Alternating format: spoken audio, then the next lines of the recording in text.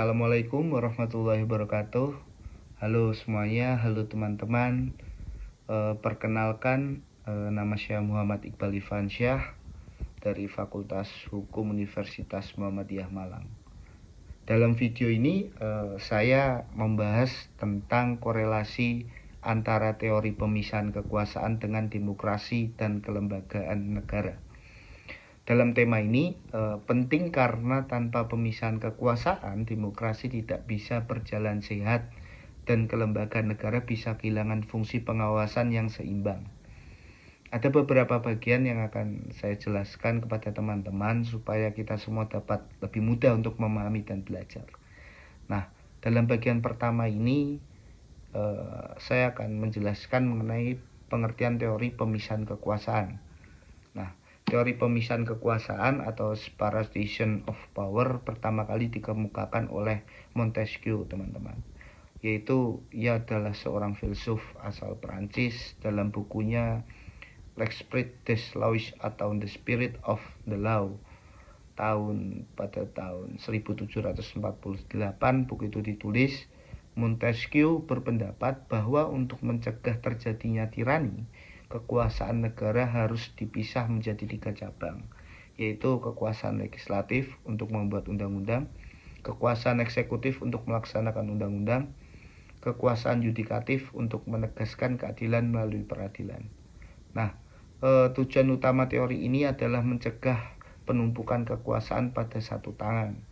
Karena jika satu lembaga menguasai semua fungsi, maka kebebasan rakyat akan terancam. Lalu ada dalam bagian kedua, saya akan menjelaskan mengenai keterkaitan dengan demokrasi. Nah, keterkaitan demokrasi itu dia menjelaskan bahwasanya demokrasi pada dasarnya menekankan prinsip kedaulatan rakyat, bahwa kekuasaan tertinggi itu berada di tangan rakyat. Namun dalam praktik rakyat tidak bisa menjalankan semua fungsi pemerintahan secara langsung. Oleh karena itu dibentuklah lembaga-lembaga negara yang masing-masing ia memiliki fungsi dan wewenang berbeda. Nah, disinilah kita dapat lihat teori pemisahan kekuasaan bekerja dengan membagi kekuasaan menjadi 3 cabang.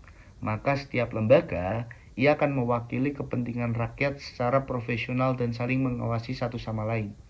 Nah, contohnya, ketika rakyat memilih anggota DPR untuk membuat undang-undang, lalu kita juga dapat melihat ketika rakyat memilih presiden untuk menjalankan pemerintahan, dan rakyat juga mempercayakan hakim dan lembaga peradilan untuk menegakkan hukum dan keadilan. Nah, dengan cara ini pemisahan kekuasaan menjadi mekanisme demokrasi tidak langsung di mana rakyat tetap menjadi sumber legitimasi kekuasaan, namun kekuasaan itu dibagi dan diawasi melalui sistem kelembagaan yang lebih terstruktur. Lalu dalam bagian ketiga, saya akan menjelaskan mengenai hubungan dengan kelembagaan negara. Nah, kelembagaan negara di Indonesia merupakan hasil penerapan prinsip pemisahan kekuasaan yang disesuaikan dengan sistem presidensial yang saya jelaskan tadi. Lalu Undang-Undang 1945 juga mengatur pembagian kekuasaan secara horizontal antara lembaga legislatif, eksekutif, dan yudikatif. Nah, selain itu ada pembagian kekuasaan secara vertikal antara pemerintah pusat dan daerah melalui otonomi daerah. Korelasi antara teori pemisahan kekuasaan dan kelembagaan negara terlihat dari bagaimana setiap lembaga dibentuk untuk menjalankan fungsi tertentu tanpa saling mendominasi. Semisal DPR dan DPD membentuk suatu undang-undang, Presiden menjalankan kebijakan negara, MA dan MK ia menegakkan hukum dan menguji produk hukum terhadap undang-undang dasar. Selain itu juga kita dapat lihat lembaga seperti Komisi Yudisial, BPK, dan KPU.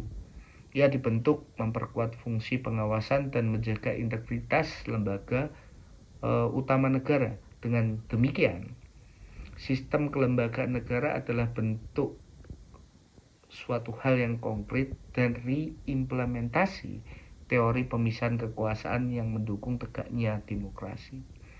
Nah, Sebagai kesimpulannya teman-teman, teori pemisahan kekuasaan bukan hanya teori politik, tetapi juga fondasi konstitusional bagi demokrasi dan kelembagaan negara.